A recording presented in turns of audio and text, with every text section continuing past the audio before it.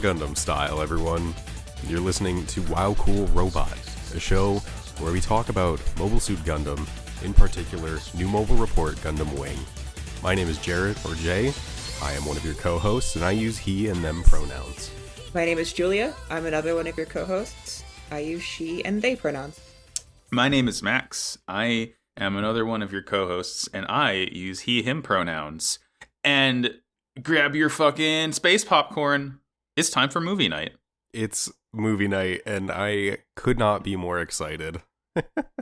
Hey, this movie may have made up for the last, 6 episodes of this program. I think they might have, fucking used Bites the Dust to go back in time and try it again and then stuck the landing. Absolutely. They took all the same, general DNA that they had for the end of the show, and were like, one more again, actually.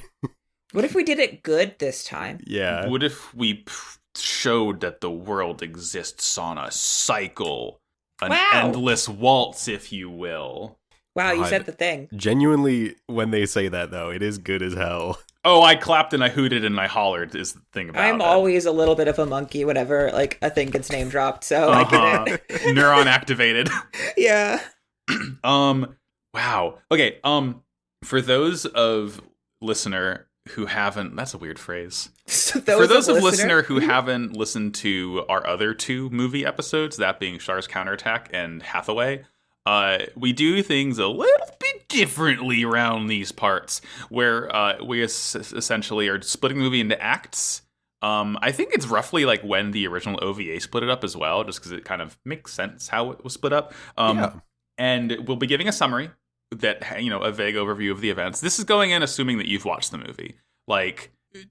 Watching 49 episodes along with us, you don't need to, whatever. The movie, though, since we don't really want to, double the episode length and spend time talking about every single bit of the movie in minutia, we're going to give the summary, and then, throughout the act, we're basically just going to, say, hey, I want to talk about this, I want to talk about that, and just kind of, bring up the things that we care to talk about, because certainly, movies pace pretty fucking tightly, I must say. For an hour and a half, they get a lot in. Yeah, but, absolutely. We don't need to talk about every single thing. So, if there's stuff we didn't talk about that you want to mention, the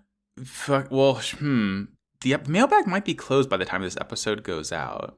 No, it won't. Just kidding. We won't have recorded by then. If you're listening to this and it's the Sunday that goes up, or the Monday, or whenever, only a couple of days after this episode goes up, if there's something that you want us to talk about that we didn't in the movie, put it in the mailbag. This is by far the biggest mailbag we've ever had, so it's exciting. Yeah. Things keep coming in. It's cool to see. And then Jay posted something cursed, and we don't have to address it. I don't think I've ever submitted anything for the other to. mailbags. Here's the thing. So. We don't have to address it yet. Yeah, that's true. That's true. The blood oath requires us to address it at the requisite time. Mm-hmm. Until then, let's bask in to set our dial back to the year 1998, right? I believe so. I God dang, think that's correct. I was 5 years old. And let's talk about Gundam Wing Endless Waltz. Let's do it. Julia, do you have the first summary? I do. Part 1 of Endless Waltz. Also known as the Silent Orbit OVA. Ignoring the voice crack that just occurred. I'm going through so many puberties all at once. Earth and the colonies are united in peace as the Earthsphere United Nation. Catra and Duo load the Wing Zero, Death Scythe Hell, Heavy Arms Kai, and Sandrock Kai into a colony that is being sent into the sun in order to destroy those Gundams permanently. Wu Fei, however, refused. At Colony X18999, Relina is attending a meeting encouraging immigration to the new colony, where she is drugged and then captured by soldiers of the Maramea army. Deckham and Maramea Barton watch as their plan begins to unfold, while at the circus, Chora beats up several mysterious men who had came to watch, who are then revealed to be from the Barton Foundation security, and has a flashback of his own from before he had a name and was shown a picture of Maramea and her mother by none other than the real Chora Barton. Duo finds Hiro and says he's leaving because Relina has been captured, and Sally tells Noin Relina has been missing since visiting that colony, so everyone is kind of on the same page at that point. Relina wakes up to meet young Maramea, who says her last name is Kushranada, making her Trey's daughter. She says she is going to rule the world and follow in her father's footsteps.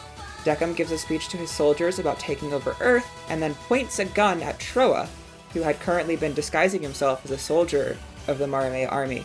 Troa pulls his own gun and tries to shoot Decim, only for Wu Fei to jump in between them, brandishing his signature sword.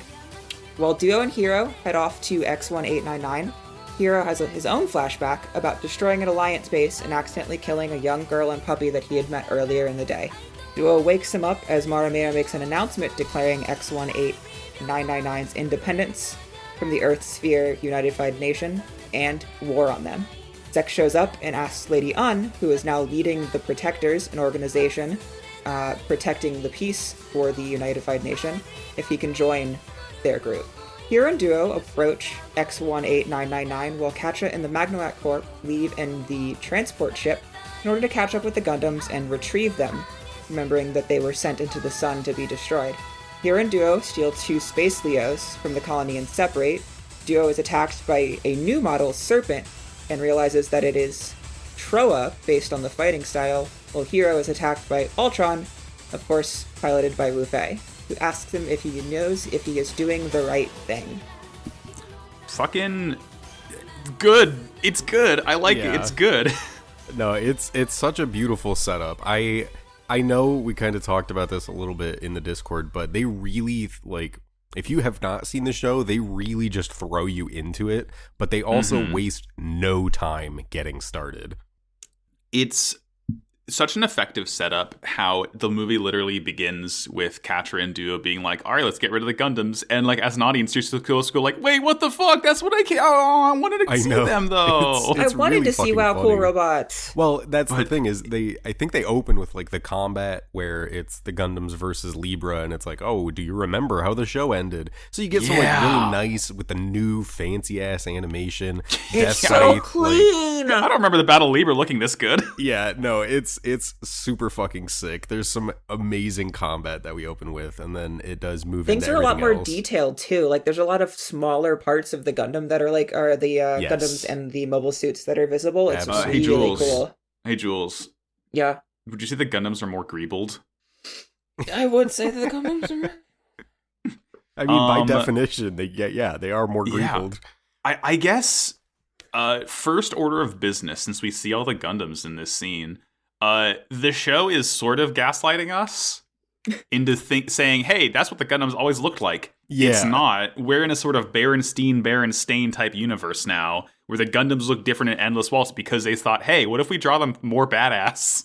This is something that I really love about Endless Waltz is they kind of just like toy with the idea of canon because they're like, oh, this is the Death Scythe Hell, this is the Sandrock, this is what the Ultron looks like. But they really expect you to believe that's what they've always looked like because, like, to get a little ahead of us, there's a moment where we get a flashback of Wu Fei when he, like, first stole the Gundam, which would have been the Shenlong Gundam, but it is the Ultron Gundam, as it is in this movie, which I love. They're just like, it doesn't matter super a lot. It's fine. They've always looked like this, and it's cool. It's just like, they all look fucking dope. They look so fucking sick.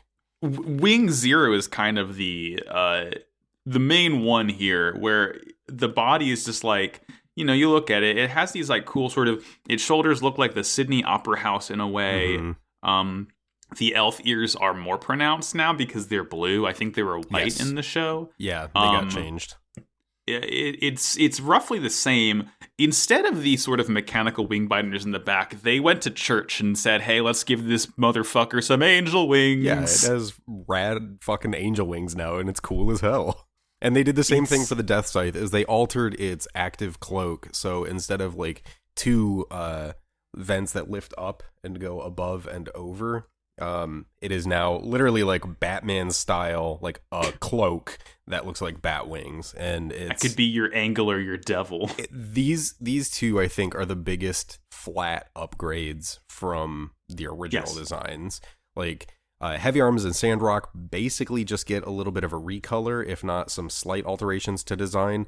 Ultron gets, like, the chest piece is essentially the same, but its colors are reformatted. It doesn't have the wings or the scorpion tail, and it has the dragon heads, but they've been completely modified and don't look as, like, cool. They're not dragon heads, really, anymore.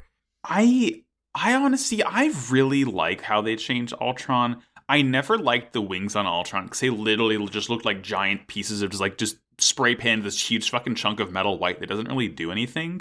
The dragon arms, they look more mechanical. They look a little more realistic. It's like, once again, more obvious that the head is literally the same head that's on Wing. Like, the elf ears are painted green for it. Right. But I'm a sucker for that really sick two-tone green they gave it. I and do the like bits that, of red and yellow really pop on it. It's just dope. And like, I think specifically for Sandrock and for Heavy Arm, Sandrock, instead of being like mostly white and black with some orange, is now this like nice shade of bluish purple, which I quite like. Yeah. And Heavy Arms, instead of orange and red, it is now like teal and dark blue. Yeah. And it has twice as many guns. I really like all of the like color palette changes they did. It's just a nice way of like, it's a nice way of refreshing the designs. I mean, here's the thing: byproduct is probably the main reason why. Oh yeah, absolutely. You gotta get the new ones. We gotta get the new. I mean, and hey, it fucking worked, because I'm looking at my shelf of Gunpla, and wouldn't you see that? Oh, I do have the Wing Zero Endless Waltz version on my shelf, real great, because cool Wing. I have the Endless Waltz Verka Master Grade that released last year. That I built last winter. It is doing the wing pose. Like, it's doing the pose. The wings. Oh, you mean the pose where it sticks its Buster's rifle out to the side and spins around? Yes, that exact one. Hero signature move. God, and again, like the Gundams, they're cool, but like, we really do not get any Gundam action until the second act of the movie. Yes, that is true. It's such a cool idea of like just teasing you, being like, they're going to have to get into Gundams eventually, so it sets up this really good future plot thread of, hey, we sent our Gundams on a meteorite hurtling towards the sun. Fuck. And like, if you were like half paying attention during that first combat scene, maybe you didn't notice the changes to the Gundam or something like that, and so like you just see the faces of the Gundams through these like borderline cryopods. They're like body bags. Yeah, and it's just like, wait, that doesn't look the same. What's different? The Death Sight doesn't have the filigree on the helmet. What's going on? Yeah, it's really funny too, because it's like, if this is an abandoned like mined out asteroid and they're sending it towards the sun, do they really need to like secure the Gundams in these weird coffin things? Yeah, like probably no, not. Because they just put it on the colony, like like kind of rest them down there. It's fine. I mean, space. And to be fair, they could have just detonated them. They were in space. They could have just detonated them. It was so ceremonial that they were going to send them into the sun. I know, it's a weird gesture, because we need to believe in the future world of peace. So what's that gathering storm on the horizon? Yeah, I want to say two things. Anyway, let's not worry about that for now. One, time is completely fake in this movie. Because this is like, it's supposed to be like Christmas Eve 196, essentially. Like, it's supposed to be like a full year later. A year later. Yeah. A year and 2 days. And they beginning of the movie, they launch the Gundams towards the sun, and they're like, okay, it'll take like 50 days for them to get there. 50 days. But like, by the time Katra has to go and intercept it, they've gotten so close to Mercury and the sun that like it's heating up inside this asteroid. So, and then they turn it around and manage to get back there in like the matter of a couple hours. Time is super, super fake in this movie. It doesn't matter. Don't think about it too much. Like, this is highlighted so much for me because I've just started watching The Expanse, a extremely hard sci-fi show. Yeah. Where so much is rooted in like real physics. And then I watch this and they're like, don't fucking worry about it. Buy our Gunpla. That's and something I say, yes, please. That like, they started talking about the calculations for like the asteroid that they were on, the resource satellite they were on, to get to the sun. And they did all this other math and started talking about it, especially when like the second act started and Katra's talking to the Magrenak about like they need to get there, and they have to do these specific calculations about fuel and everything. It's like, oh, cool, like actual hard sci-fi. They're talking about the specific information. That's very neat. And then it also absolutely doesn't matter. Yep. Don't worry about it. They wanted it in there to at least give the semblance that they were going to give a shit about it. And then they immediately were like, no. We have some things we need to do. Yeah, exactly. But again, I really do like that the Gundams aren't featured at all in the first act, because it just kind of it allows the characters to be characters outside of the death machines. It's Chekhov's Gundam. Very good. And it is a payoff that's worth it when we get to see them again later. Oh, the payoff is so good. Oh God. Something that I want to sort of talk about, a main topic here. Trey's fucked. Yeah, no, he actually didn't. No, he didn't. That's my favorite part of this. Like, so this is... The whole thing is that he, like... The first time we meet Marinea, evil Minerva, the first fucking she time is we meet so her, fucking Minerva, it's insane. She looks exactly like Minerva Zabi, and I'm not going to do the voice, but you can do it, if you want to, by yourself. My name is Mawamaya Kushwanada. Thank you. The first time we see her is in, like, Troa's flashback, isn't it? Because we find out her name is Marimea Barton. And then they immediately go, like, I'm Kushernada now. Yeah, and it's like, wait, is the show lying to me? Is the movie lying to me? What's going on? No. I'm being gaslit again. It's because Trey's fucked the real Troa's mother. Oh my God. Sister? Because Marimea's Troa's niece by relation, so it would be yes. Trey's fucked the real Troa's sister. That makes more sense. So Trey's is her father, and also her mother is Leia Barton. Okay, so she's Marimaya Kushernada. Well, Trey's definitely did Barton. Leia Barton if he had a child. Zinger. I'm nodding and smiling. Yeah, okay, that is adding up. So they probably called her Marimea Barton the first time we saw them because Trey's was, like, not in the picture. He wasn't being an active father. He just kind of boned down, deadbeat had dad a kid, because he wanted to do war instead. Yeah, he didn't learn about sports and wanted to do World War IV instead. It is like so much of the movie is predicated on things that were never even mentioned in the show. Absolutely. That's fine on paper, but it's just like the magnitude of the things they don't mention until the movie is like the whiplash is just so intense. It is a little wacky. It is unfortunate. They like, really, like, aside from kind of copy pasting the end of Gundam Wing again, they take a lot of stuff that was either subtext or just, like, maybe in the plot Bible somewhere, and then just throw it onto the page and say, this is text now, so you know. By the way, like... Yeah, it's... I mean, it's hard to reconcile it, because so much of Gundam, Wing, and any future Gundam series after the original UC trilogy is really hearkening back to it. So, of course, you need Marimaya here. You need that link back to the Wing show from the movie, which is, the equivalent of William Menyewa Yabi, little Dozel's kid, after Dozel fucking beefs it. But it's just like, they wouldn't have been able to have that same antagonist if it was just Dakeem Barton. Because, again, he has fucking no relation to the characters. We learned that Troa... Yeah, well, he does have a relation to the characters. But, like... Kind of. He has a relation to the characters in that one of the characters killed his kid. Yeah. It's like... Yeah. It's so hard for me to I don't necessarily want Marimea to be the villain because she comes out of nowhere, but at the same time, I'm so glad it wasn't like Miliardo's like, hey, I'm evil again. Like, right. I'm glad it was someone new at least. Yeah. I think that's fair. One of the things that really, like, they pulled out of left field is the Barton family's significance. Oh, yeah.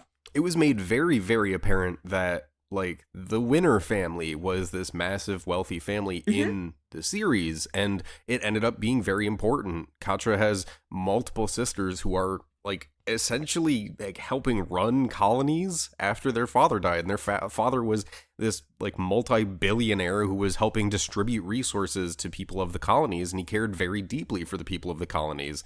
But like that, if the name Barton, like the Barton Foundation, was such a big thing, we should have heard about it at some point during the series. And they just kind of pull it out of left field, and they're like, oh, hey, here's this entire backstory for a character you've known for 49 episodes.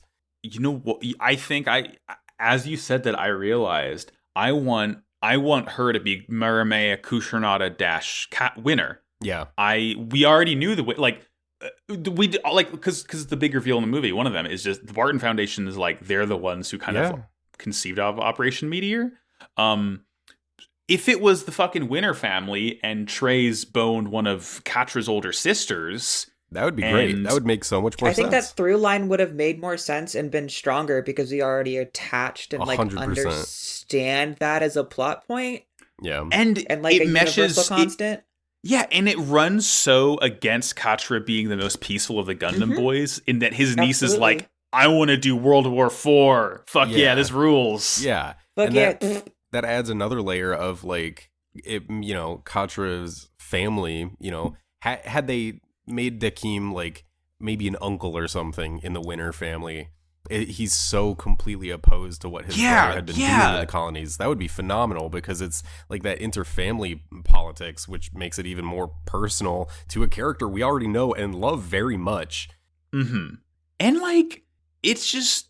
This is the Troa movie, because like not only do we have reveals about the Barton family, we have reveals about Troa, and that he's just a fucking guy. He's just some dude that wanted to do a violence. Yeah. He like, so I think he's the first flashback, right? Yes, he is. Yeah. Because we learn Troa Barton, he's no name. The real Troa Barton is like some dude in his fucking 30s who was part of the original Operation Meteor crew.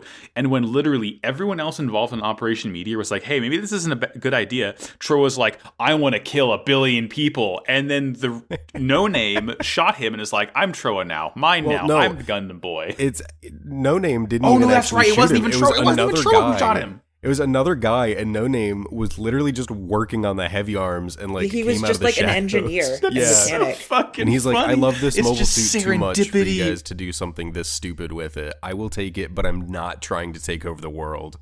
I think that reveal is one of my favorite parts of the movie. It explains so well why Operation Meteor failed, because it was just literally a bunch of uncoordinated kids. I'm so sorry to cut you off, but it makes me love what Operation Meteor is at the beginning of Wing even more. One of the best examples of it is during Katra's flashback way later, because you see orders come in for the original Operation Meteor, and the doctor working with Katra smashes the orders and basically gives Katra the keys, and he's like, we're doing this different. We're not going to follow that plan. We're not doing the original Operation Meteor. We are going to change things. And that's what happened at the beginning of Wing, is they kept getting these different orders, and they were targeting Oz specifically instead of following through on that initial idea. Instead of just laying fucking waste to the earth. Yeah. Because I mean, part of Operation Meteor was to drop Wu Fei's colony on Earth, and that failed. It was like blown up in space, right? Mm-hmm. Okay, because I was like, I think I would remember a colony drop in Wing if it would have happened. It did not. They tried again, but no. They tried it because we love Gundam. And that's not even Stars Counterattack. That's just like backstory for the original Gundam story. Yeah. We're going to drop it on fucking after Colony Australia. But it's so much of this recontextualizes all the things that happened in Wing, and it makes me like retroactively love it so much more, because it really felt like they sat down and they're like, okay, we'll make an OVA, we'll sell some new kits, but also we want to try and fix as much of the story as we can. They did help tug on a lot of narrative threads that were set in the beginning that kind of fell apart. And it's not perfect. They don't line up perfectly. I feel like it's like the Adventure Zone balance. Like towards the end, they're pulling on stuff that they technically set up in the beginning that like we didn't really think they were going to deliver on, or we didn't know how they were going to deliver on it. But they managed to find some really good places to connect things, and I really love that. Yeah, they didn't start Gundam Wing with the intention of making Endless Waltz, but by making Endless Waltz, they like retroactively tied up a lot of things into a nice little bow. Yeah. Like there's still things they could have done better, but I think they did a wonderful job overall. Yeah. I think everyone would agree with you. Yeah. One of the things I quite like is, so this is a peaceful world. No one's fighting anymore. But the show still effectively states that, like, you need some manner of force to maintain this peace. Right. As we see in the Preventers. Yes, I exactly. think, Julia, you said they're called the Protectors in the dub. They were called the Preventers in the version I watched. Oh, interesting. Maybe it's an OVA only thing, and when the movie they consolidated it. Maybe. That might be part of why I was getting it back and forth. Protector, Preventer, it's the P word. Yeah. The main preventers we see are Sally, and Noin. It's just girls like are girl boxing. I fucking love it. And like their whole thing is literally flying around space, putting out fires. Their whole thing is like the metaphors that Noin always speaks in is that like we're just putting out fires before it can ignite into another war. And it's just like it's such a good use for their characters of absolutely. It works so perfectly for Sally in particular, in my opinion. Yes! Like a guerrilla fighter turned into like sort of kind of also guerrilla fighting, like just kind of sneaking around a lot and just like zoom into different places and like covertly stopping all this shit from happening.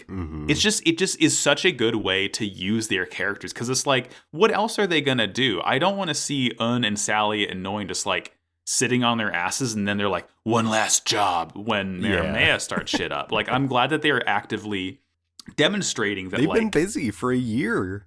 It's one of the many ways the movie effectively is like, yeah, absolute pacifism is possible, but you can't use pacifism to ensure it in this sort of universe. Yeah, absolutely. God, this is a good movie. I like this one. Yeah. There's two things I just want to address about like the first act that I think are just like quick one-off little things. So Relina was shown at the end of Wing, like being a delegate and continuing to work in politics, and that's very much the case still. And the introduction scene with her is her talking to a bunch of like old white dudes, and immediately she gets drugged and passed out and kidnapped. And then the next scene after that is Hiro talking to Duo, and he's like, Relina's been kidnapped. And we have no idea where he's getting that information, but he knows immediately. Know. And I just... It's a fucking sixth sense. It's so close to being like a smash cut from one thing to the next that it made me laugh, like, decently hard. It's just like, he just fucking knows, doesn't he?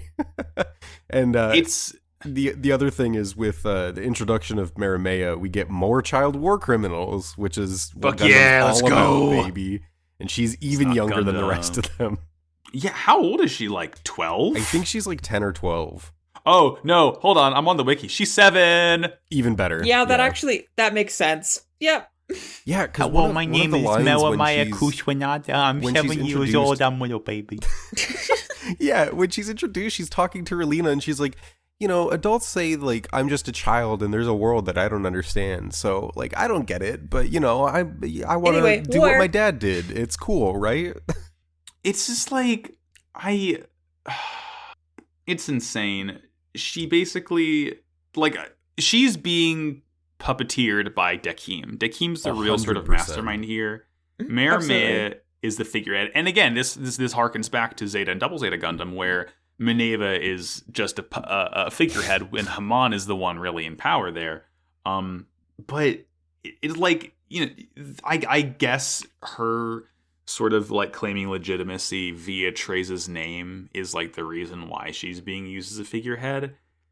But it's just like, what is her thing once again to take over Earth and take over fucking everything and like force peace that way, and like that's what she believed her father's will was effectively? I truly could not tell you what she thinks the motives are, because her whole thing, I don't think that's ever made clear outside of following in Trey's footsteps. Is like she repeats that 2 or 3 times, I think. Yeah, the most we get is that like Dakeem wants to do the original Operation Meteor, a colony drop, and somehow that's following Treize's vision of I don't know, like by the end of the show, I don't think I could have told you what Treize's vision was, aside from like trying to unify people with one big battle, and what Dakim is doing is not following that in any way, shape, or form. So I don't know what the fuck Marimea thinks she's doing. Yeah, it feels like her naivete is sort of being taken advantage of. Yeah, and there's a line later. 7. Yeah, and there's a line later in Act 3 that we're gonna discuss when it comes up over who Marimea really is. Yeah, if she even is Treize's daughter. Mm-hmm. But it's just like it feels more that she was introduced to be yet another allegory back towards Gundam, because this is like this is even more blatant than the Char's counterattack shit at the end of the show, but it doesn't make me as mad because it's not Char's counterattack. Yeah, absolutely. I think the colony drop stuff in this makes more sense now, like being recontextualized, like, oh, that's what Operation Meteor is supposed to be. That's what it was the whole time. Instead, it turned into something different. It does give a lot of context that we were missing outside of just like the narrator talking about it. Mm-hmm. It really does flesh out a lot for like going back and watching it, because this is the first time I've watched the movie. Second time I've watched through Wing to the end. Many times I've watched the vast majority of Wing. It does kind of fill in a lot of gaps, which is cool. Yeah.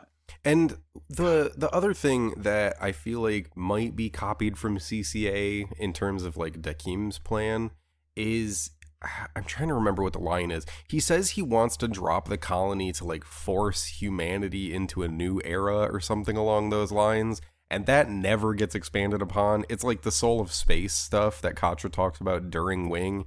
He just kind of says it, and it's like, yeah, sure, like whatever. But it's like trying to follow Marimea's following Treize's vision. It's just something someone says, and you're like, sure, whatever. I'm here to see the robots. Yeah. It's effective, and like I don't even know if it's in the I'm gonna search in my notes. Okay, no, it's not even until the third act is when she says the fucking line of history is like an endless waltz. Yeah, yep. But it's just like, it really feels like another thing this movie does right is the characters aren't quite speaking their ideologies aloud for everyone to fully understand explicitly. They're doing it. Some characters still do, yes, buffet, but God, they're getting a grasp on subtlety that I think the show doesn't know how to use. Yeah. I think this is the first part that they actually like can kind of step back from that a little bit, because we have 49 episodes of context to like what a lot of these people are thinking. Yeah. And so when people are consistent, that still works. When they start doing weird things, but we don't have any of the information about what's going on, then it gets a little hinky. But yeah. And honestly, the movie doesn't really explore many characters' arcs because almost all of them had been completed. The biggest one is Wu Fei. And I guess that's why he's the one who's still spouting his own ideologies, because his story wasn't really tied up. He ran off. And then he killed Treize. Cool. And yeah, he ran off, and they mentioned in the first scene that he didn't give his Gundam up. He still has Ultron. Like, he's still figuring out what the fuck his deal is. He's not the only one who also has a Gundam still, because I was really surprised when I realized that Miliardo has such a small part in the movie, honestly. I know. He's just there to look pretty, and that's all I need him there for. I love his fucking... He's not even a reveal. We hear his voice, and I think we see his mouth move, and he's like, "I'm gonna call me Wind." Yeah, just because Wind puts out fire. He shows up in Un's office, and he's just the most dramatic piece of shit. And Lady Un gets cut off. She's like, "But you're," and then it goes to the next scene or whatever. It's very funny. Yeah, it's just that's how they reintroduce him. Like we thought he fucking died. Yeah, there's no ceremony to it at all. Yeah, it's just this 3/4 angle, like mostly shaded, shadowed image of him. And then they move on quickly. Yeah, it's so wild. Let's see. I do like the hero's flashback, because each boy gets a flashback. Mm-hmm. Like Troa's is the real Troa dying and No Name becoming Troa. Heroes is very. First of all, does the dog die.com? Yes. Yeah. Sorry. That website fucking lied to me. It's fucked up because the dog dies. Hero's like frolicking almost. He's tumbling down a hill in a colony, and like a little girl goes up to him, and she has a little puppy, and she's like, saying hi to him and talking to him and stuff. And like, he like pets later the dog, and it's a cute dog. It's a cute fucking tiny puppy. And later that night, he blows up the facility because he's a cool, badass child soldier. And, like, something fucks up in the explosion, and, like, a suit falls or something falls. A suit falls over, it knocks into a building, and the building is kind of domino. Yeah. It basically goes from him successfully, like, completing this mission of destroying, like, a military installation on a colony to him accidentally destroying, like, 4 city blocks. Yeah. And in the remains of that, he finds this girl's puppy and her like scorched teddy bear, which I don't know why that keeps being a repeating image throughout Wing. I know. This is like the exact set piece of the opening of the show too, which is it's like a very fun the ash nod. falling like snow and like the tattered flag and the teddy bear. No dead dog in the fucking show's opening, thankfully, but it's just like.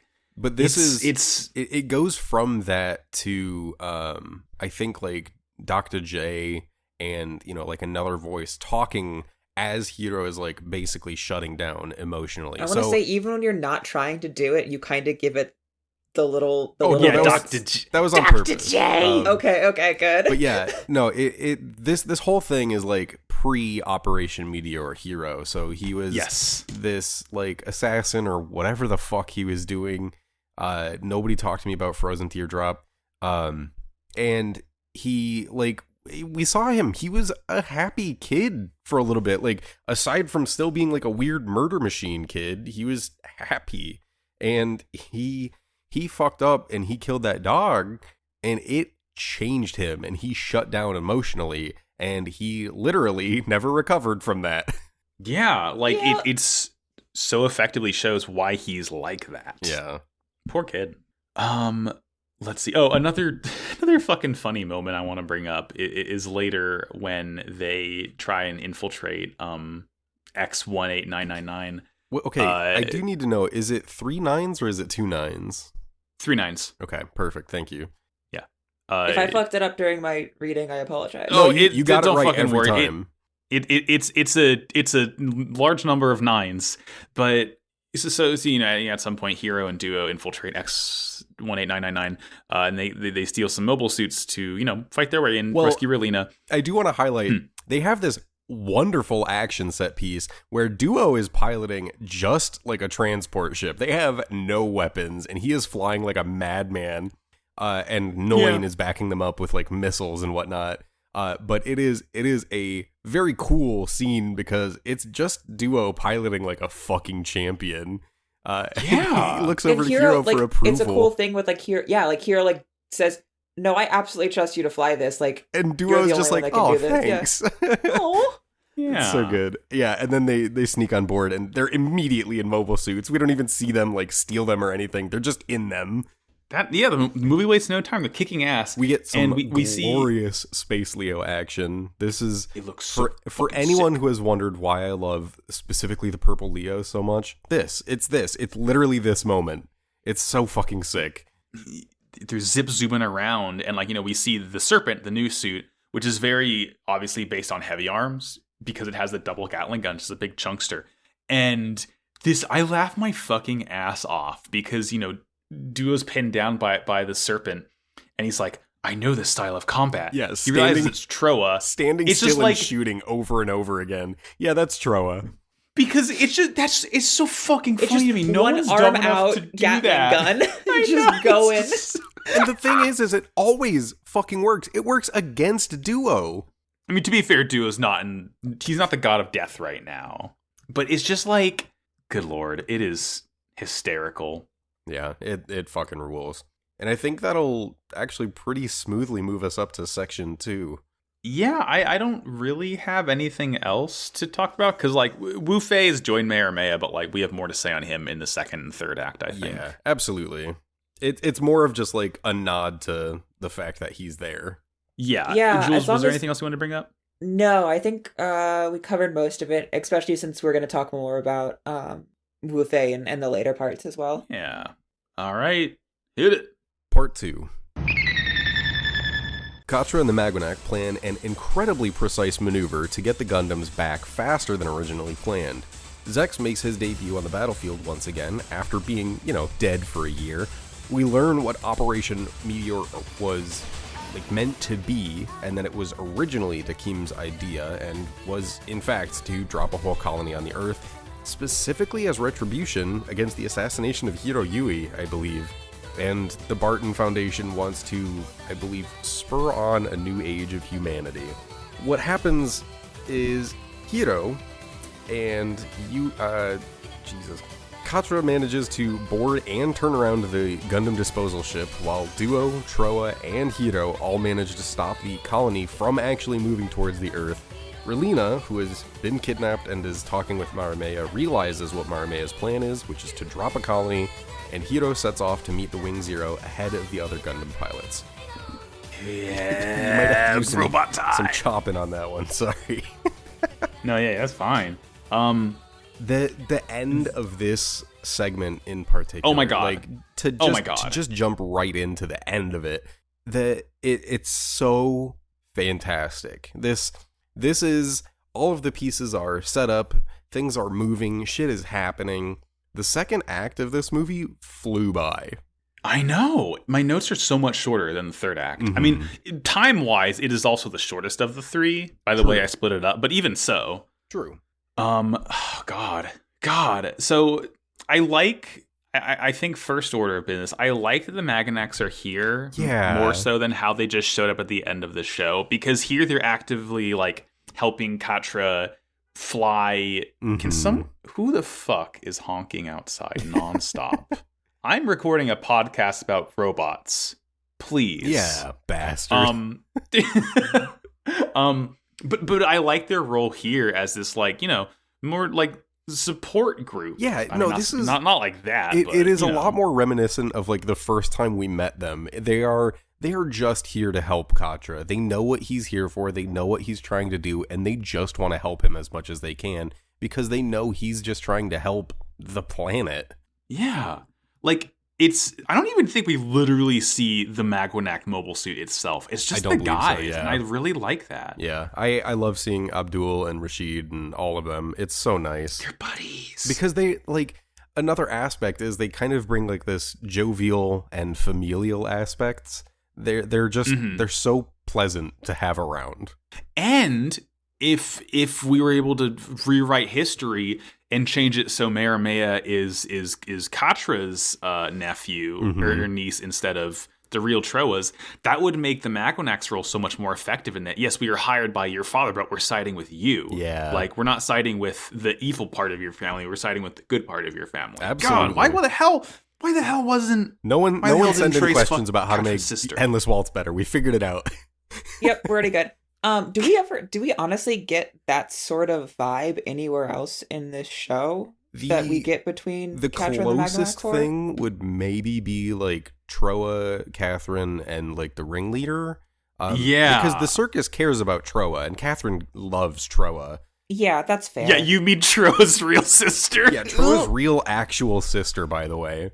He was Triton, and they got separated when they were 5 or whatever. So Catherine Bloom is No Name, Troa Barton, the boy with the bangs. They are literal actual siblings, long lost reunited siblings. It's phenomenal, and she never knew him. They couldn't have told us that anywhere else. Yeah, nope. It's so inconsequential, but I still love it just because it's most Endless Waltz shit in Endless Waltz. It's a nice twist of fate that they get happiness together. It is, yeah, it is exactly one of those things that, they have such a sibling relationship. Oh, well, guess what? They're actually fucking siblings. Can you believe it? We got what you are the chances? pranked. God. I liked the whole interstellar sequence of Katra having to get on the asteroid before it, gets too far away. Because he's bringing it back from the brink. So, right at the beginning of this segment, it's Katra and the Magwanac basically planning the heist, the space heist they're gonna do. It's a little bit of like planning and talking, and it's unfortunately not them talking over it happening, because that would have been sick. I just love that like montage style, but they mention like, oh, we can propel ourselves along a different course, like slingshot around Mercury, turn around, and then we will have a 5-second window to get people on that disposal ship. And Katra's like, I will go alone. And all of the Magwanac are like, are you fucking serious?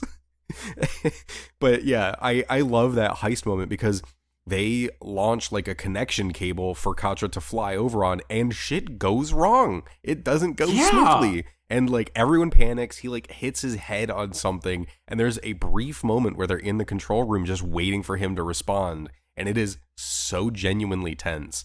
It's you think he cracked his helmet open or something. It's such a minor moment in the movie, but it's done so well. Like even the lighting, because they're so much closer to the sun, everything is just this absolutely overblown white. Everything that's not that is like pitch black. It's lovely. It's fantastic. Mm-hmm. And this is also when we get Katra's sort of flashback here. Yes. Where Professor H, like, he gets the Operation Meteor things and fucking smashed it, and he like breaks the microphone, and he's like, all right, listen here, young man, do what you think is right. Good luck. Say changed the world. My final message. Yeah, really. Like he has a little line where he thinks that sending Katra to Earth like that without the real Operation Meteor is like maybe a crueler destiny for him than Operation Meteor was, I guess, just because the hardship of forging your own path in this world of struggles or something along those lines. The potential hardships he would have to go through in order to reform the planet instead of just annihilating it, Mm-hmm. But like that was a moment that I was just absolutely clapping, because it's like that is where it very clearly ties, hey, Operation Meteor was to do a colony drop, but that's why the Gundam pilots were acting so oddly and independently once they got on Earth. They were receiving like mission updates and all of that because those 5 doctors, those 5 professors, whatever, were working together to try to coordinate like a different plan to get rid of Oz, to try to strike at the source rather than just throwing a colony at the planet and wanton destruction. And that moment where they tie all of that shit together in this movie, it hit so fucking hard. I loved it so much. It really is like one of the best possible ways they could have reframed everything about this series. Absolutely. Like it is shocking to me how much better of a ribbon on top of wing Endless Waltzes than Char's counterattack is to UC in my eyes. Yeah, absolutely. Let's see. So at some point on Dekim's satellite, because Dekim is in MO3. So MO2, not MO. MO2 was the one that was orbiting at the end of Wing, and that got annihilated. And then MO3 is the one that Dekim is on, prepping to send stuff to Earth. It looks like a fucking Mario Galaxy star bit. It does. It's very like bumpy and so spiky. Weird it's and cool pointy. looking for no reason. Yeah, around that point in the movie, we were learning that Dekim is essentially going to do Operation Meteor 2. Right. But for real, like he's going to drop X18999 and he's going to send in not 5 Gundams, but an entire fucking battalion of Serpents to, dominate and control Earth. So this is when we need to start stopping them. And if you thought that the Serpents were the only new mobile suit in this movie, aside from the new Gundam designs, I have a big letter 3 to show you. 3's not a letter. Fuck. I cannot believe how fucking fun they made this entrance. So, yeah, Zex is back, and you're like, okay, what's he gonna do? Oh, he's gonna get in the Tall Geese 3.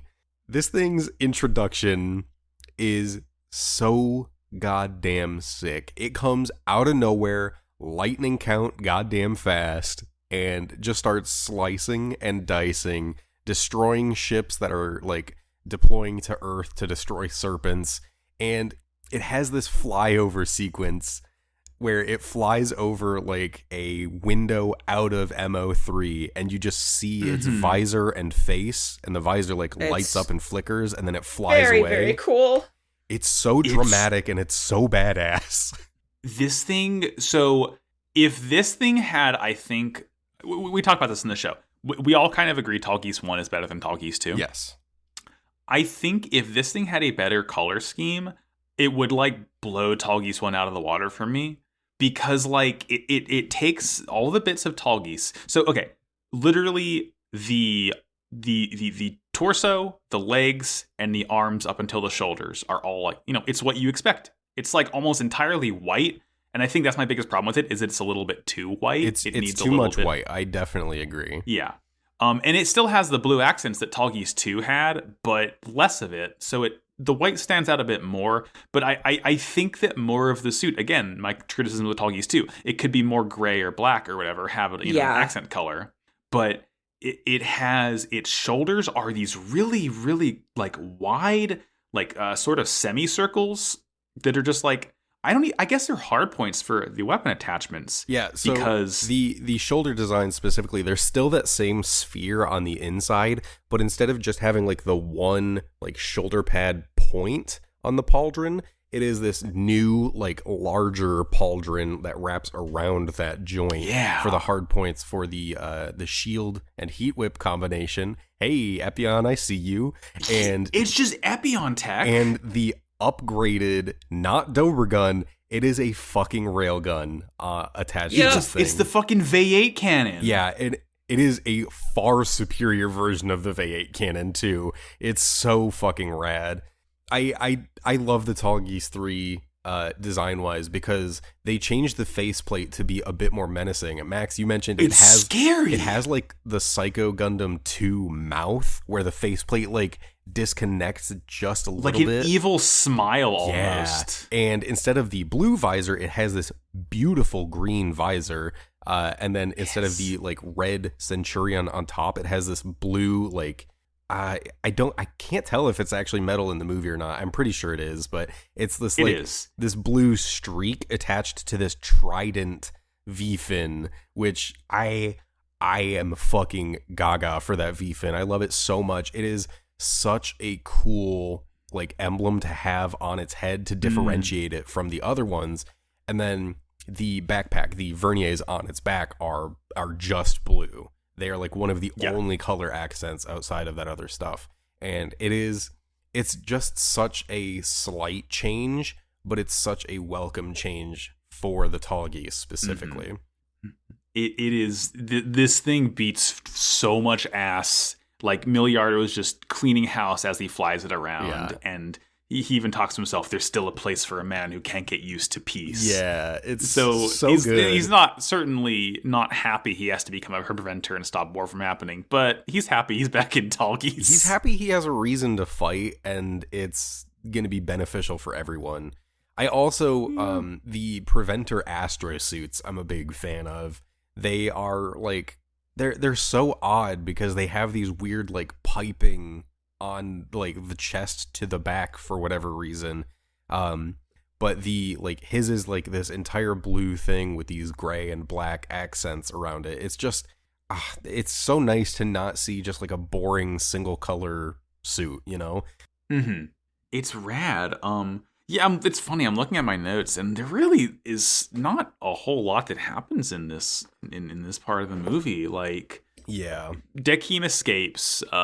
They blow up. They disable X18999, so it can't be dropped on Earth. So Troa was in like Dekim's army or whatever, and he got like found out by Dekim, but then still also was like able to pilot a serpent and work on their side. He did the thing he did in the show where he like quote unquote defected to the other side, but then was just sabotaging. It's from called the inside. acting. It's Troa is such a dramatic bitch, and we love him. We love that for him.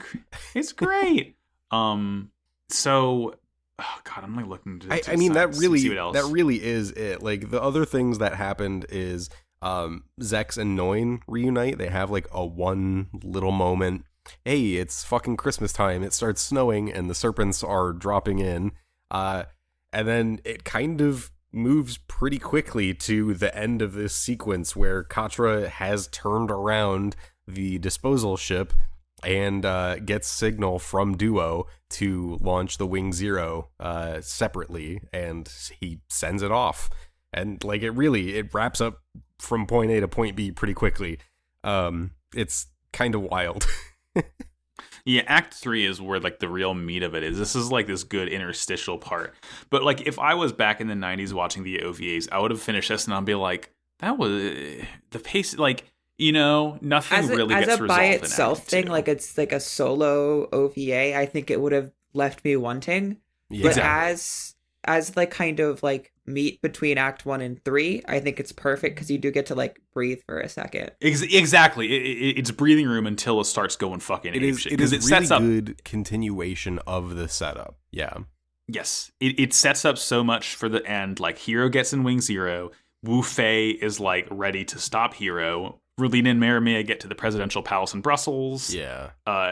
It's like the serpents are going to Earth, and it's not the full battalion, but they're all dropping in Brussels as well. So it's just like the stage is set. Mm-hmm. Absolutely. And so like part 2 ends with this.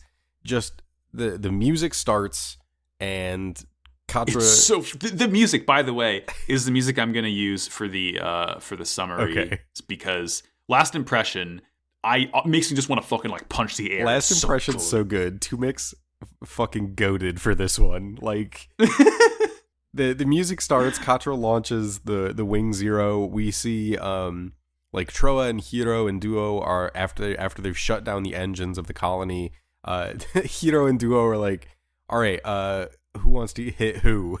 Duo punches Hiro in the face and Hiro like sucker punches him. The guards come in. Troa's like, I got them. You know, I handled it. And then Hiro was like laying down on the floor, just bolts and immediately steals a ship to go meet Wing Zero mid-flight in space. And the music gets more and more hype. And then he lands on the Wing Zero and then gets in the cockpit and the music goes silent for just a moment.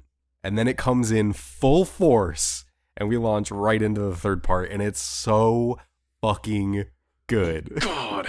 Like I've just typed "Wow, cool robot" over and over and over again in my notes because that's all I could think of in the scene. Yeah, it beats so much ass, and this is like, if you didn't catch it before, this is where you see the reveal of the Wing Zero. Hey, it's got literal fucking wings. It like they like unfurl. It's so cool.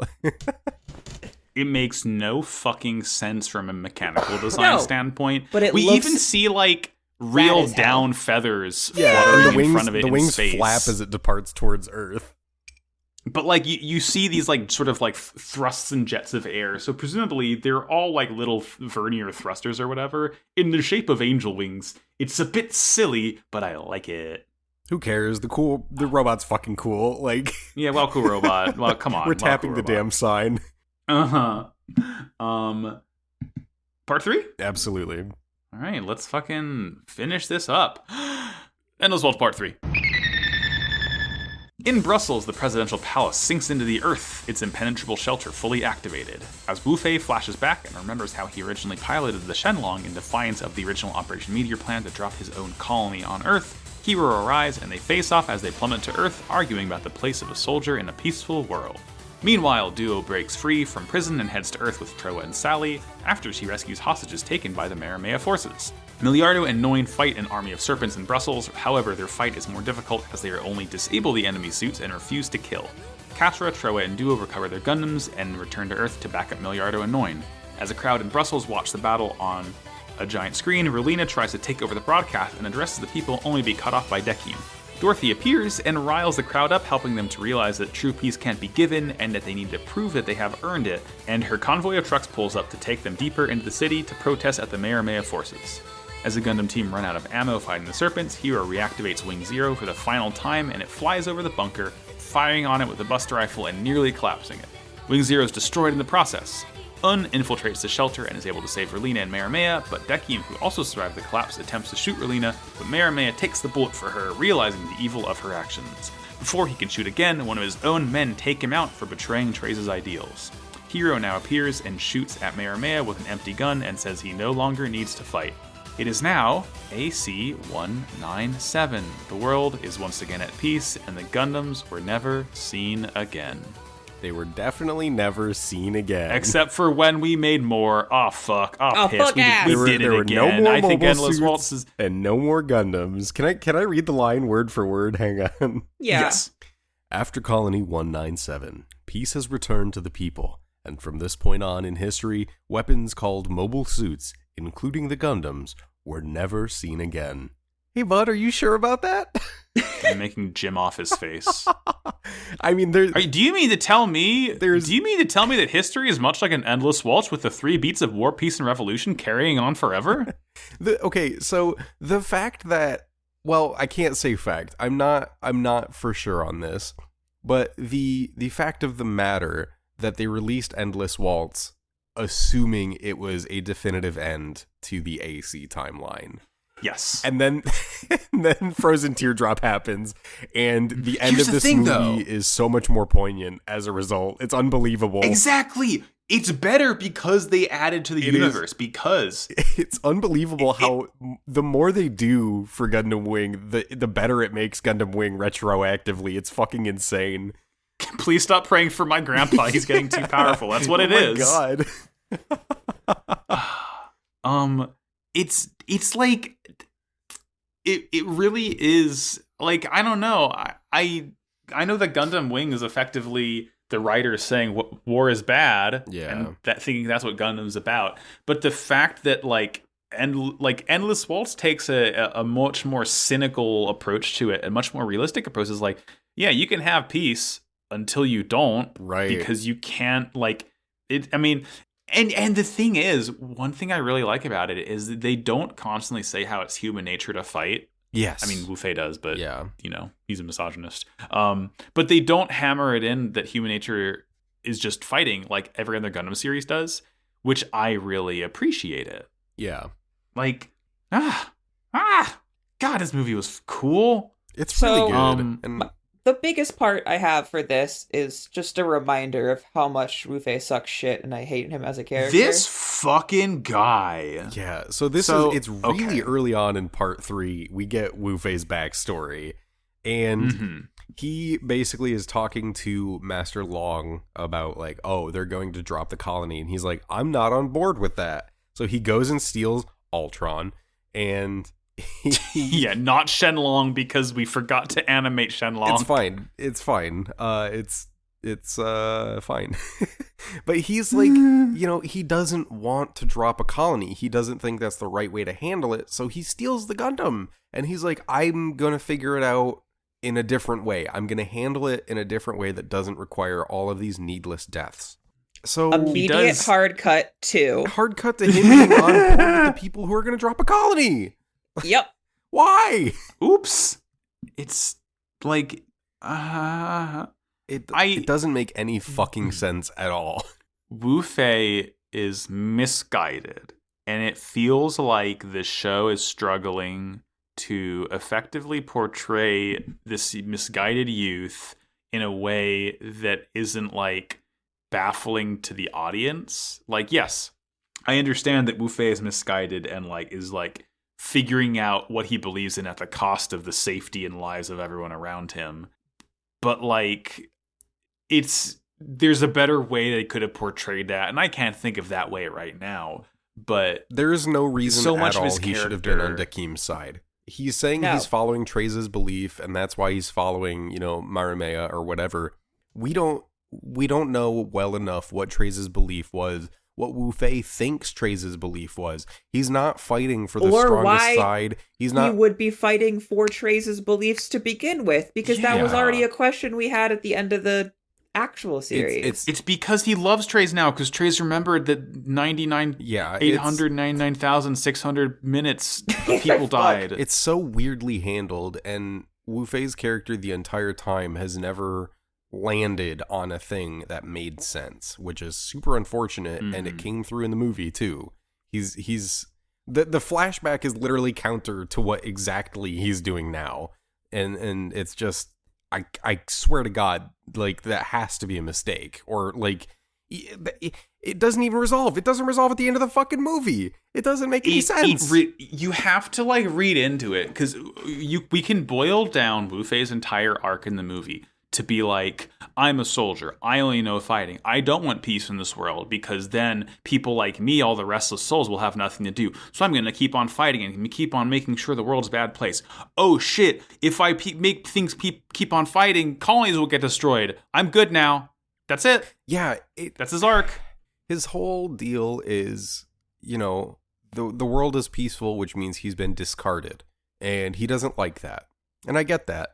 But hey, that happened to Zex too, and he joined the Preventers. He got better. Yeah. Yeah. And like that ultimately, oddly enough, is where Wu Fei ends up. But like, how did Sally not reach out to him or something? Like Wu Fei's whole plot. He literally movie, did even leading up help, to like his fight with Hiro. It doesn't. His fight with Hiro is specifically the place where he manages to state his ideals out loud. He's like, okay, the world is at peace. They have cast me aside. So what am I supposed to do? Because I need to fight. It is the only time. And Hiro, you can feel it too. When you're fighting, it is the only time you feel valuable, right? And so it's like, okay, Wu Fei, that is like the first time you said anything that makes any fucking sense. But at the same time, there's shit going on, like the Preventers, that are fighting. They are actively working to protect this peace, which is what you wanted in the first place. It's baffling, and maybe I'm looking at it the wrong way, but man, Wu Fei is just such a frustrating character. If the movie spent more time focusing on Wu Fei instead of relegating his entire arc to like the final third of the movie, outside of him just joining Dakim, I think we could have gotten something more satisfying. But it's like part of the other reason they made Endless Waltz is like, we gotta fucking tie up Wu Fei. Everyone else is fine except for this little misogynist freak. I think it's a failing of both the movie and the show. Because his story didn't make sense where it ended in the show. And that's what they were left to work off of for the movie. Uh-huh. And so it's just like, okay, you're doing this because Trey's is haunting you, I guess. Whatever, man. Yeah, it's like, I'm fine with him just being a bad character. I'm not saying I can fix him. It's just like, a lot of the last part of this movie is dedicated to tying up Wu Fei's story, and they're just like, it was at the point where there was no way to do it well, you know? But, yeah, I don't know. It's just weird, especially with the end with Wu Fei using Ultron to like back up the human riot or the human protesters against the serpent suits. Yeah, super, super, super weird. So, but like, again, they move his character so quickly, and I feel like if it wasn't for the bit earlier on in this part, like that would have made more sense. But they already showed us that he's still trying to figure his shit out. Like it was just another quick character turn that was odd.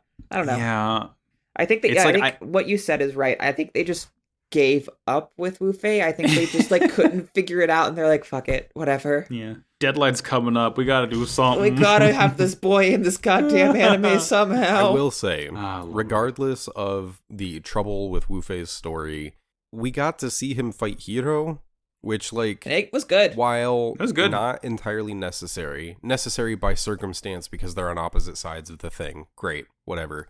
Cool ass fucking fight. And yeah, absolutely. I can certainly appreciate that. We get to see the Ultron use its like dragon heads, and I love the way they're integrated because the like red chain that attaches the dragon head to the arms is very like rope like, almost like a rope dart. The fight's very cool and very satisfying. Aside from the like challenging ideology and trying to understand Wu Fei's mishandled character. Yeah. I mean, we don't get many fights in the movies, right? We get Tall Geese versus a rock, we get Wu Fei versus Hiro, and then we get like all the Gundams versus an army of serpents, and then we get Wing Zero versus a bunker, but that's not quite a fight. There's a decent amount of action because there's a fuck ton of action before the Gundams even make it back. It's just Zex and Noin. It's literally just the Tall Geese and that Taurus taking on a bunch of serpents. And this is I really like that they don't tell you that they're doing it right away, but if you're paying attention, the like head sections of the serpents are getting cut off, or they're being struck very strategically, and they show you the pilots in the cockpit as it powers down instead of just exploding. Mm-hmm. Oh my god, I really love it. That is such a perfect example of show don't tell. I mean, they do tell you, unfortunately, but well, they do eventually, but especially like when the boys show up and they're like joining them in this like attempt. But it's so subtle when you realize good when you realize what they're doing. It's not even when you realize what they're doing, it's when you realize you've already realized what they're doing. Mm-hmm. Yeah. Like, because they've been showing it to you. It's really cool. Yeah. And it's like, and it I'm so sorry. It's crazy because at first Dakim is like, oh, we're like on a back foot, like they're taking out all of our troops. He's trying to strategize and relocate more troops to different positions. And then we start to see what's going on and realize that steadily Zex and Noin are getting overwhelmed because of how they're fighting. Yeah, that's what I love. That's what's so effective about this. You have 3 Gundams, the White Taurus, technically 4 Gundams, because the Tall Geese is a Gundam. I don't give a shit what anyone else says. Tall Geese 3 is the most Gundam of the Tall Geeses.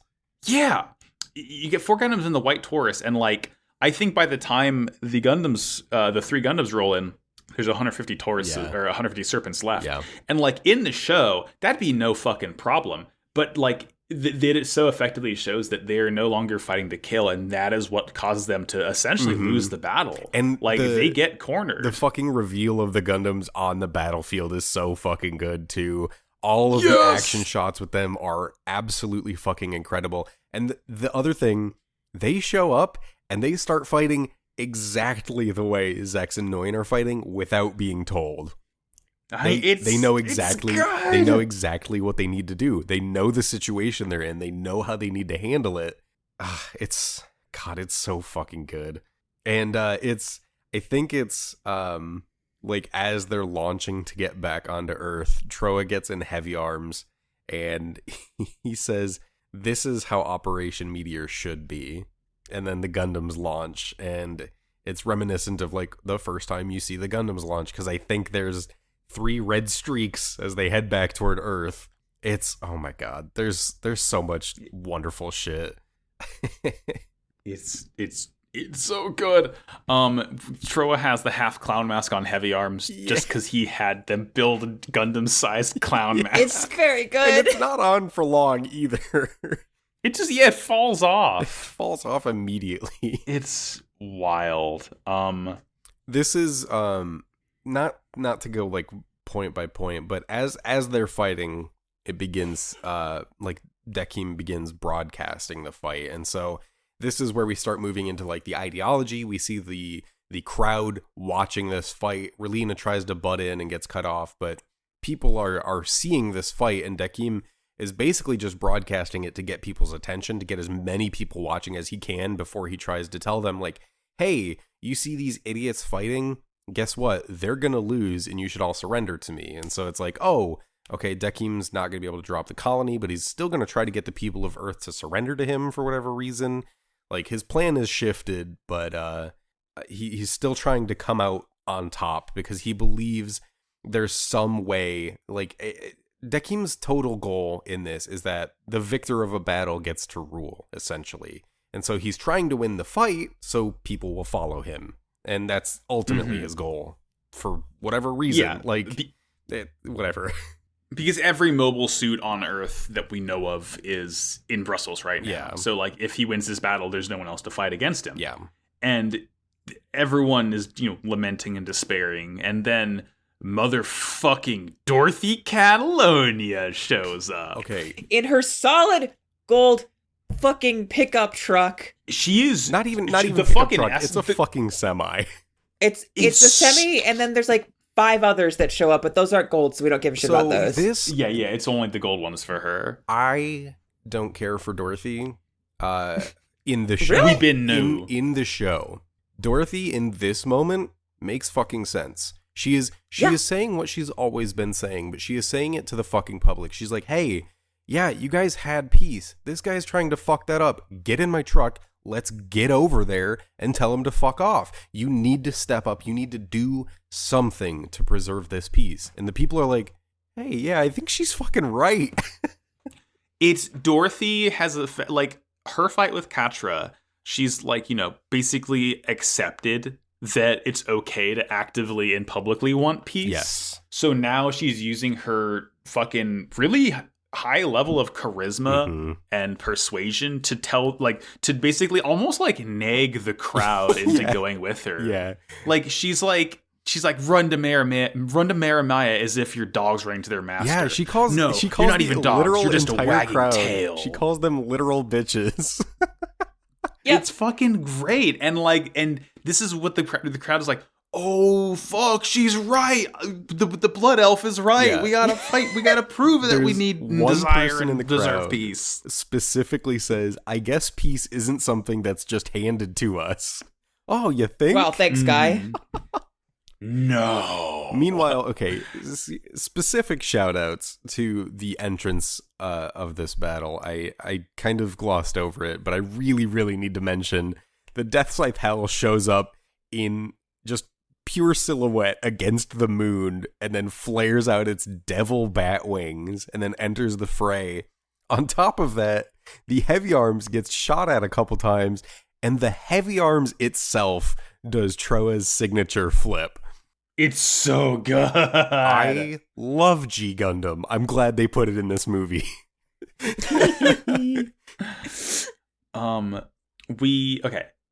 I feel like the next really big thing to talk about here. Yeah, it's post Hiro and Wu Fei's fight where the Zero boots up. Mm-hmm. Hero's at the bottom of the ocean, and I think when he was downed by Wu Fei, he even thinks to himself, "How many more times must I kill that girl and her dog?" Yeah, okay, that he's tired of it dude. Too. Yeah, God, that shit hurted. That moment hits. He flies up. They're in the presidential bunker, and they get a radio message. They're like, "Hey, there's a Gundam up top. He's wanting to talk to us." And it's this pose is fucking sick. Ooh. It's Wing Zero, wings splayed out, double buster rifle, punched together, legs pointing forward, aiming downward directly at the bunker. Hero radios Deki. Is your shield active? Yeah.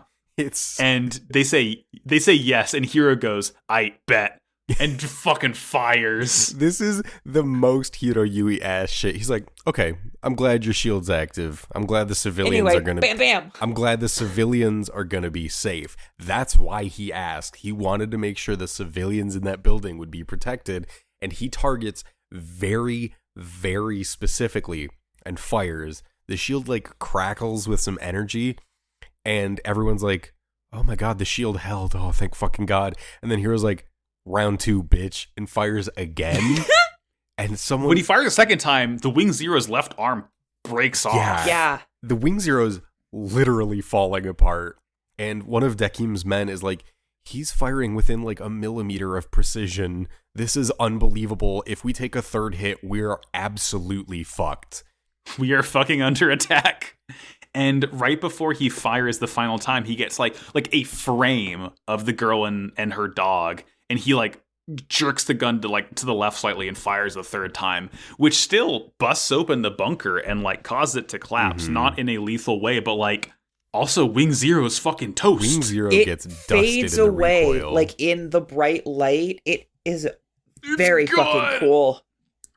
And we cut to the bunker as it's collapsing, and somehow has infiltrated the bunker and is able to tackle Relina and Mayor to safety as some rubble would have fallen on them. So it's the last 5 minutes of action, not of the movie specifically, but the last 5 minutes of action in this movie are just fucking nuts. Because Hiro starts firing on the bunker, Hiro fires a second time, Wing Zero's arm pops off, he fires a third time and annihilates the bunker. Lady Un, as this building is collapsing, dives out of nowhere, very much like the end of the show, and get down Mr. President, but she saves Relina and she saves Maramea. And then shit just keeps happening. this is the fucking ideology corner now. Like, this is when Dakeem is like, all right, 10 minutes left in the movie, I gotta show how I'm the real villain all along now. Because Mayor Maya, she's like completely shocked by Hiro right now. Like, she didn't believe he was gonna fire in the first place. And then when she kind of looked over at Relina, she's like, uh-oh. Again, that's how she kind of knew that Hiro was gonna do the thing. But because of this, like, I guess this is her realizing, wait a minute, war is bad. Yeah, this child was shaken to her fucking core, and Dakeem starts barking at her to claim her victory, because the Serpents have essentially, like, Troa's out of ammo, finally, by the way. Like, 20 minutes of him just firing, he's out of ammo. Death Scythe seems to be, like, battered a little bit. Noin is kind of cornered. We don't know, like, you know, Tallgeese is out of ammo or whatever. Dakeem is won. He's won the fight, and he's commanding Maramea to come claim her victory.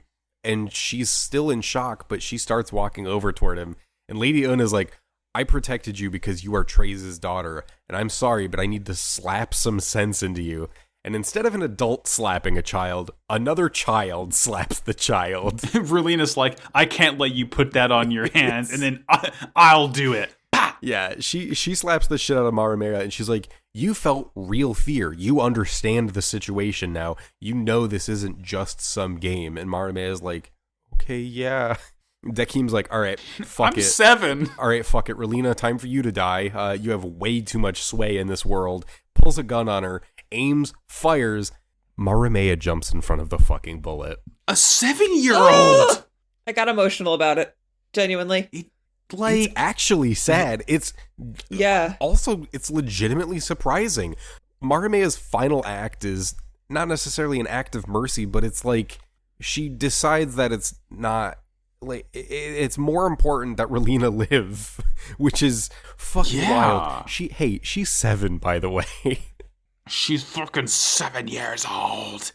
Like, and basically, as she does this, she says, it's not the victor that moves the hearts of people. Yeah. Like, she has adopted, like, maybe the most sort of effective part of Treize's whole stance of, like, people like a loser. Yes.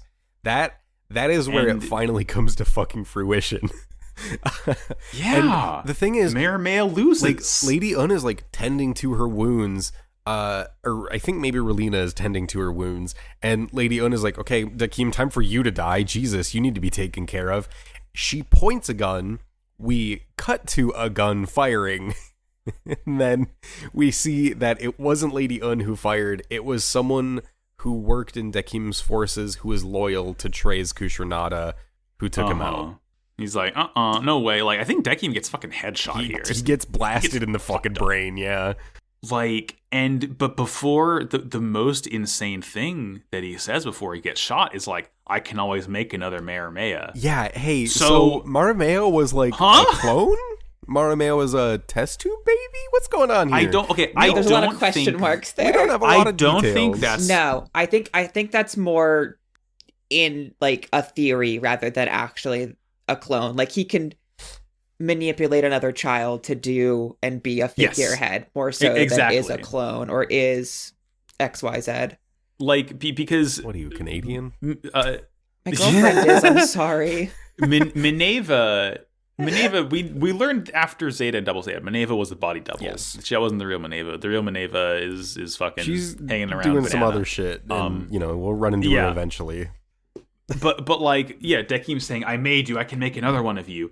I like that. To me, that's not like, I'm going to clone you. I think that's more like, I'm going to find another kid. Okay, and like, that makes way more sense. So I have literally, I think I've seen this movie 3 times now, and I've never read it like that. So I think my own headcanon was that she was like a clone or whatever, and I was just kind of pushing that. Mm-hmm. But that makes way more sense. The thing that throws a wrench into it is that we literally we know that Maramea is the daughter of Leia Barton and Treize because of Troa's flashback with the real Troa. But at least Leia Barton's daughter. We know that much. Yeah, true. Yeah. So, like, who's to say that Dakeem can't find another impressionable 7-year-old kid and, like, fuck her up in the head and fill her with these visions of grandeur and, like, be the puppet master once again and, like, you know, the soldier who kills him is realizing, oh, he just wants to do war so he can like be on top. That's not what Treize wanted. Bye, honey. Yeah, absolutely. It also it's kind of calls back to something Dakim says. I think he says it in like the first act, where he talks about how Cans was kind of incompetent and like his calculations were wrong. Like his plan was wrong, his calculations were wrong. And Dakim's basically like, oh, I'm going to do your shit but better. And it still didn't fucking work out for him. I know. Better's not good enough. But like, at this point, Hiro comes in. You know, Maramea is shot. Dakim is dead. And Hiro like this is so fucking good. This actually fucking rules. Of all the things that happened in this movie, to get to this point and the payoff of this moment is fucking phenomenal. Because Hiro Yui walks in, points a gun at Maramea Kushunada, pulls the trigger, and nothing happens. And Maramea, who has previously been shot, dies. And Hiro Yui says, I have killed Maramea Kushunada. Mission accomplished. And fucking collapses. Yeah, he doesn't have to kill anymore. He'll never kill again. He doesn't have to fight anymore. He's done. My boy can fucking rest. He can rest. And it's Relina who grabs him as he collapses too. He's definitely done for sure. For sure. Oh, and then Un says that Maramea is still alive, by the way. Yeah, Maramea is fine, actually. It's fine. But like we get this sort of like montage of all the Maramea soldiers, like after, because earlier we got the scene of all of the protesters in Ultron, like, you know, staring at the serpents hard enough for them to get out of their suits shamefully, and they put all their guns and their hats into a pile and burn them.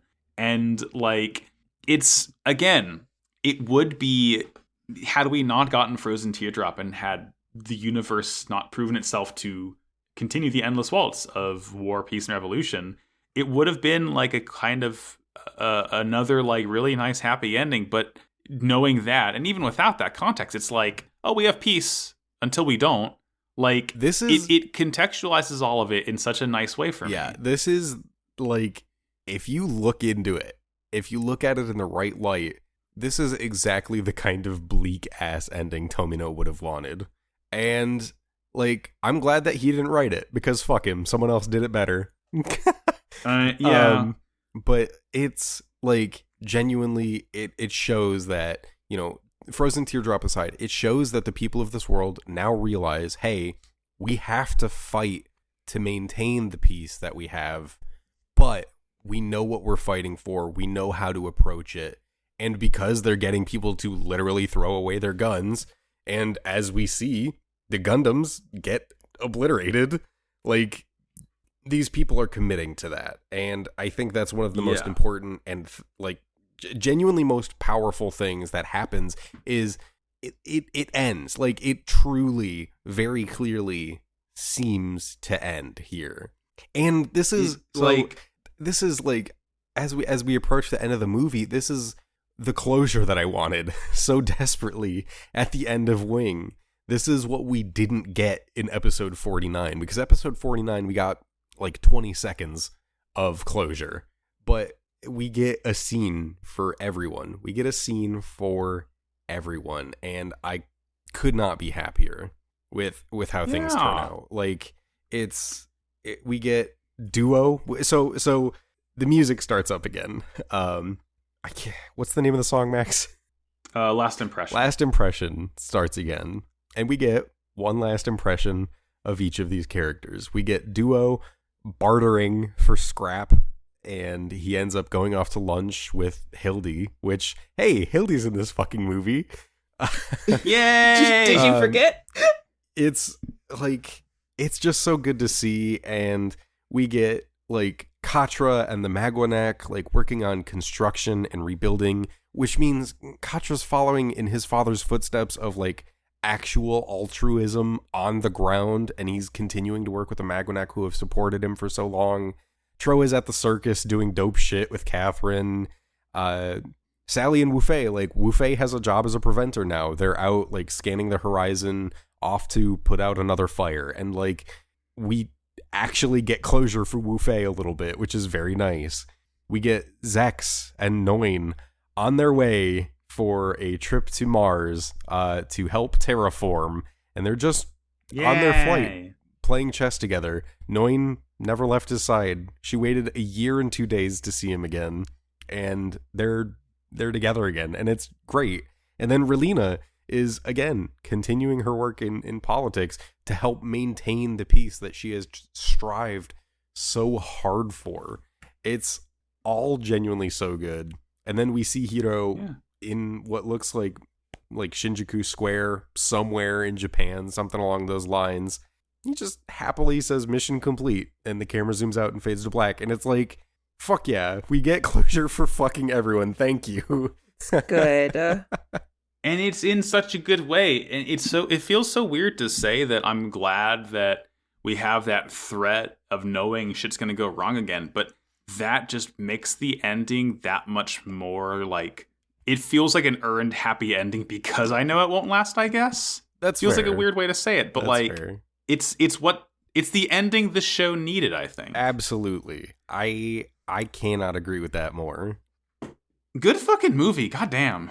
Yeah, like I said at the beginning, like Merry Christmas. Genuinely fucking redeemed the end of the show for me. Mm-hmm. Absolutely. Oh, also the president in the movie looked a lot like Steve Martin. That was kind of cool. Oh, nice. I don't know if either of y'all noticed it, but like I only referred to the actual Earth president that Relina hangs out with as Steve Martin. Huh. Oh, there you go. I'll see if I can find him on the wiki because it's kind of funny. But I'm tearing up a little bit again. It's nice. This movie is the reason that I love Wing, and I think the reason that I went into Wing so excited, and the reason that I've been so enthusiastic throughout most of it, is because there is this ending. The ending of Wing isn't great, and there are tons of parts of Wing that are just fraught with like issues and trouble. But it has that like core to it that if you like it, you're probably going to stick around. And if you stick around, this is your payoff. And it's such a fucking reward. Like, it is. Endless Waltz has such a special place in my heart because of everything it does to make Wing retrospectively better. Good movie. Absolutely. I really like, I know we're all just kind of talking in circles now, but just like, I'm really happy that I got to watch a Gundam movie that didn't make me as mad as Char's Counterattack did. Yeah.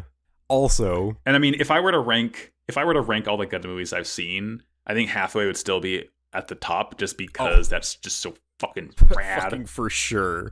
But also personal vindication because much like the end of Gundam Wing, where we get, like a few sparse mentions of Operation Meteor. I'm pretty sure the Operation Meteor count for this entire movie is like 14. That's like more as much as the actual show basically. Yeah. It is in the range of like 12 to 15. So I did lose track of it after a little bit, but I definitely tracked at least 13, 14. So the vindication for my bit is just extremely real. This movie. and that's the best part of the movie. Yeah. Full circle. 140 push-ups, 140 sit-ups. Everyone get to it. Do it. Damn, and now we have one more episode and we're done with Wing because we're not going to read Frozen Teardrop. And that's okay. I saw it. I prefer it this way, but I did see in the mailbag somebody was posting summaries for us to read during recording. There are a few things that are just like straight questions or mentions of shit that happens in Frozen Teardrop. We will survive. We'll make it. I believe in us. We'll make it. Thank God. I fucking love Gundam Wing so much. Oh. My final review, Endless Waltz, better than Char's Counterattack. Hey, that is all that I can fucking ask for. Yeah. I think we talked about this in the Discord a little bit earlier prior to recording, and I know Wing is a mess, and I know it's not everyone's favorite, and that's fine, but I cannot believe that I've been able to share this with y'all, and my biggest ask is that no one walks away from this thinking Wing is like trash, Because I don't think it is. I think Wing has merit to it, and I think it's worthwhile. It is by no means the best Gundam.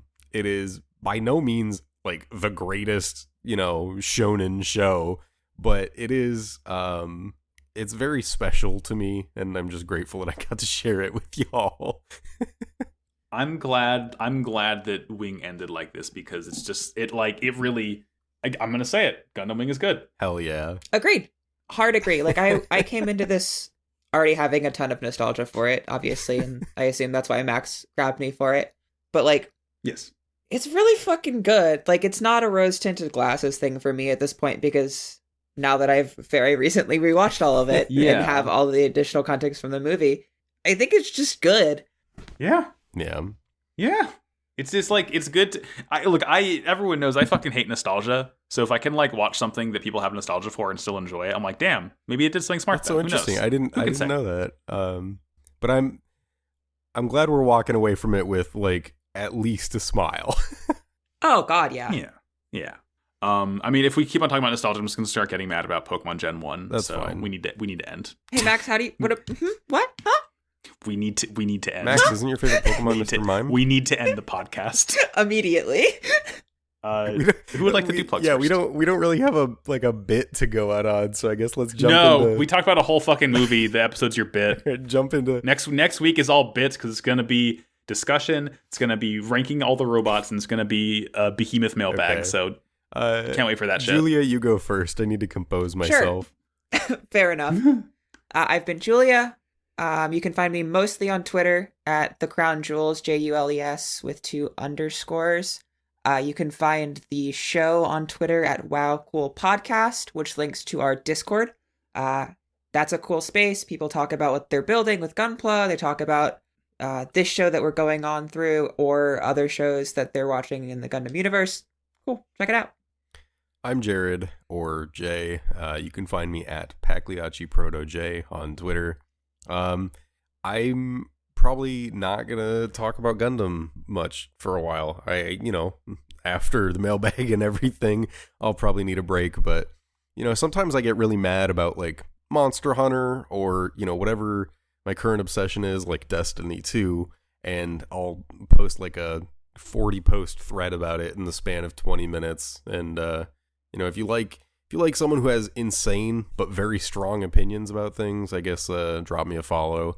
If you do want to talk to me about Gundam, I'll be in the Gundam Discord. I'll be happy to talk about all things, especially how good some unloved suits are, etc. And I think that's it for me. Cool.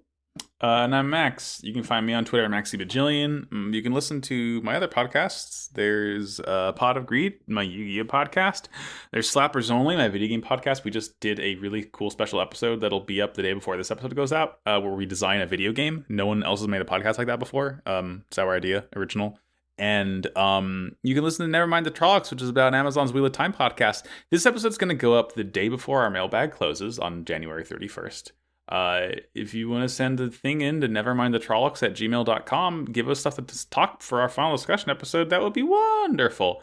And thank you to Noisepace.xyz for hosting this podcast. You can listen to this and many, many, many more podcasts there. Check it out.